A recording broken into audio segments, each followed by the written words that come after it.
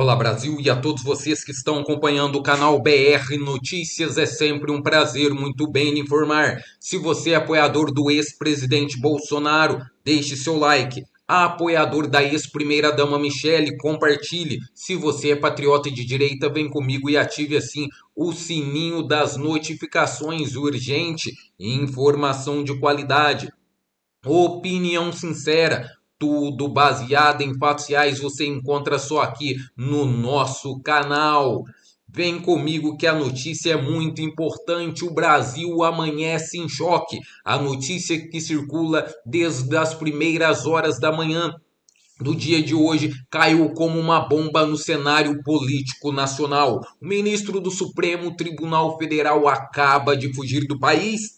Eis a questão. Após a explosão de revolta popular contra sua última decisão polêmica, uma medida vista por muitos como a gota d'água, já no tenso clima entre o poder do povo e o poder judiciário. As ruas fervem, as redes sociais pegam fogo e o clamor por justiça ecoa de norte a sul do Brasil. Ninguém está acima da lei. De acordo com informações que chegam agora de último momento lá de Brasília, a decisão que desencadeou o caos envolvia mais um ato de censura e perseguição contra apoiadores de Jair Messias Bolsonaro?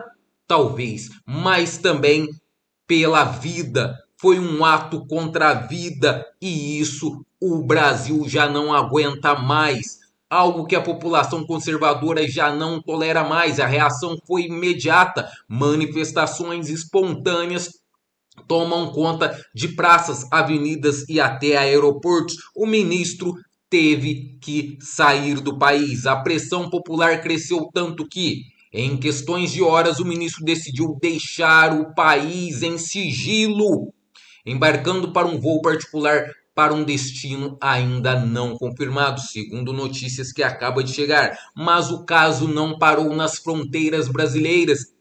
Donald Trump, atual símbolo mundial da luta contra o globalismo e os abusos de poder, teria emitido uma ordem clara e direta: prendam todos os violadores de direitos humanos, independente de cargos ou togas. Esta declaração, amplamente repercutida por analistas internacionais, foi interpretada como um recado dado ao establishment judicial que, segundo denúncias, vem atropelando princípios básicos da liberdade, da democracia e da vida em diversos países, principalmente no Brasil. Enquanto isso, fontes de bastidores em Brasília relatam um clima de pânico e tensão dentro da Suprema Corte. Carros oficiais foram retirados, gabinetes trancados e assessores estão em sigilo.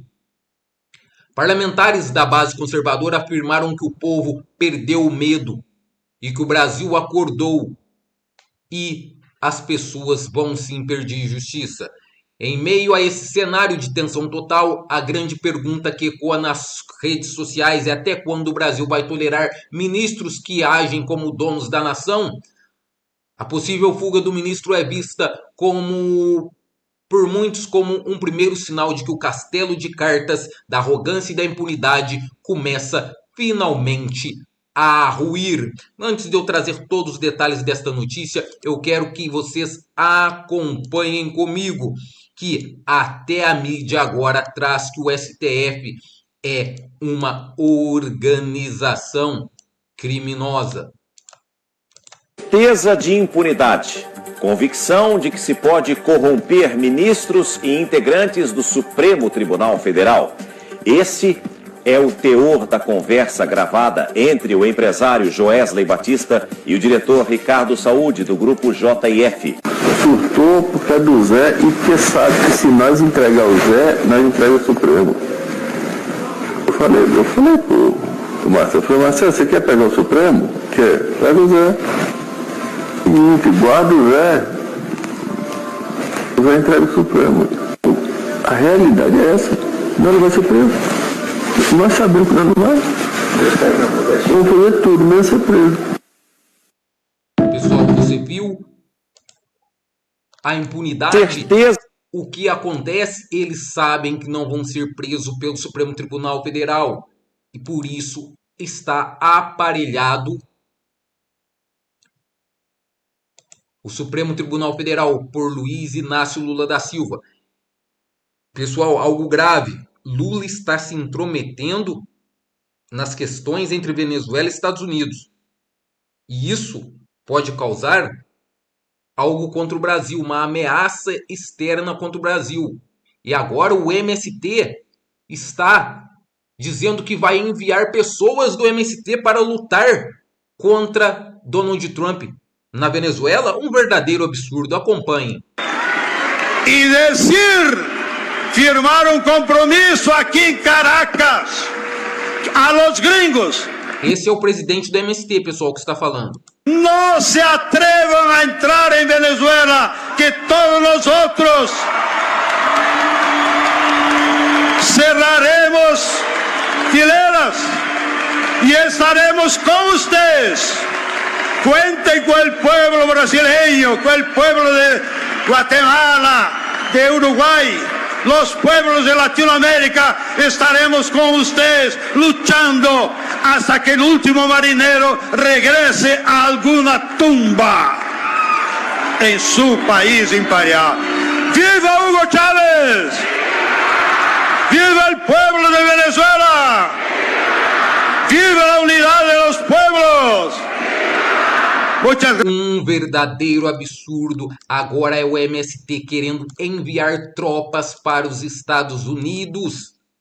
Pessoal, começou a reviravolta, a reação, a revolta contra o último ato do ministro Luiz Roberto Barroso no Supremo Tribunal Federal. Porta-voz do Conselho Federal de Medicina solta o verbo após o último voto de Luiz Roberto Barroso. E tem mais, a reação nas redes sociais contra a canetada de Barroso para liberar o aborto. É um absurdo que está acontecendo no Brasil. O Brasil vive momentos mais tensos e inacreditáveis de sua história recente. O ministro Luiz Roberto Barroso, ministro do STF, acaba de protagonizar uma das cenas mais controversas e revoltantes do cenário político nacional. Em seu último dia no Supremo Tribunal Federal, antes de deixar o cargo, Barroso tomou uma decisão que caiu como uma bomba sobre o país. Ele determinou de forma unilateral a legalização do aborto em todo o território nacional? Eis a questão. Ele colocou em aberto de novo essa discussão e votou a favor da legalização no Supremo Tribunal Federal, atropelando o Congresso e ignorando a Constituição e afrontando os valores mais sagrados da família e do povo brasileiro, a vida e a família. A reação foi imediata, intensa e generalizada. Juristas, líderes religiosos, entidades internacionais de direitos humanos e principalmente a população explodiram em indignação. O povo tomou conta das ruas, manifestou-se em frente aos tribunais e praças públicas, gritando em coro: isso é uma ditadura judicial e basta, não vamos mais aceitar isso, pessoal. Nas redes sociais, milhões de brasileiros exigiram a renúncia imediata de Alexandre de Moraes e de Gilmar Mendes, que estão apoiando aí esta ação de Barroso em seu último dia à frente aí da Suprema Corte, e o restabelecimento da soberania do Congresso Nacional. Parlamentares conservadores acusaram Barroso de usurpar poderes e cometer um atentado ao Estado Democrático de Direito. O jurista Ive Grandes Martins declarou que a decisão de Barroso é juridicamente insustentável, moralmente inaceitável e politicamente criminosa. A pressão foi tão devastadora que em poucas horas Barroso desapareceu aí das redes sociais, desapareceu de Brasília, e notícias, relatos dão conta que ele poderia ter fugido em um voo particular, temendo aí a reação do povo de forma jurídica e dos populares. A informação de bastidores é que ele não conseguiu entrar nos Estados Unidos, pois ele está bloqueado na imigração após ordem direta do ex-presidente Trump, que cassou o visto dele. E segundo fontes diplomáticas, a entrada dele, de qualquer autoridade estrangeira envolvida em violações de direitos humanos e censura, está cortada. Trump, em recente pronunciamento, teria sido categórico: nenhum juiz, político ou ministro que tenha perseguido seu próprio povo em nome do autoritarismo globalista será bem-vindo em solo americano. A declaração repercutiu mundialmente. Analistas afirmam que o caso Barroso é apenas a ponta do iceberg, que os olhos da comunidade internacional agora se voltam também para Alexandre de Moraes e Gilmar Mendes, vistos como parte de uma estrutura de poder que vem sendo denunciada há anos por abuso de autoridade, censura e perseguição política. Enquanto Barroso não pode entrar nos Estados Unidos, o Parlamento Europeu também já inicia uma votação histórica: proibir a entrada de ministros brasileiros envolvidos em ações de censura e perseguição política. O nome de Alexandre de Moraes já estava na pauta e fontes afirmam que Barroso e Gilmar Mendes também foram incluídos no relatório de última hora. A justificativa apresentada pelos parlamentares europeus é contundente, abre aspas: a Europa não pode acolher autoridades que violam liberdades fundamentais, manipulam decisões judiciais e impõem censura política travestida de democracia, fecha aspas. O movimento europeu foi visto como um divisor de águas. Pela primeira vez, instituições ocidentais tratam com seriedade as denúncias de autoritarismo dentro da Suprema Corte brasileira, algo que há muito tempo já vinha sendo denunciada por juristas independentes, jornalistas perseguidos e até parlamentares silenciados em todo o Brasil. Destino incerto. Com as portas dos Estados Unidos e da Europa fechadas, Barroso teria buscado refúgio em países alinhados aos regimes ditatoriais como Cuba ou Nicarágua. Segundo fontes próximas à diplomacia brasileira, há quem diga que ele tentou até ir para Caracas, mas a Venezuela está em clima de conflito iminente com os Estados Unidos, tornando o território de Nicolás Maduro um local arriscado. Especialistas em política internacional avaliam que a escolha de Barroso revela muito. Ele fugiu para onde o autoritarismo está sendo tolerado e exaltado. Isso demonstra, segundo analistas, que realmente ele sempre admirou não a democracia liberal ocidental, mas os modelos centralizadores e ideológicos e totalitários. Enquanto isso, em Brasília, o clima é de total tensão dentro da Suprema Corte. Funcionários aí estão sem emitir nota, documentos confidenciais teriam sido levados em sigilo e ministros evitam aparições públicas. Alexandre de Moraes, segundo as fontes do Congresso, teria entrado em estado de alerta, temendo a que a pressão internacional e popular se volte diretamente contra ele. A revolta do povo, as manifestações começam a crescer no dia de hoje.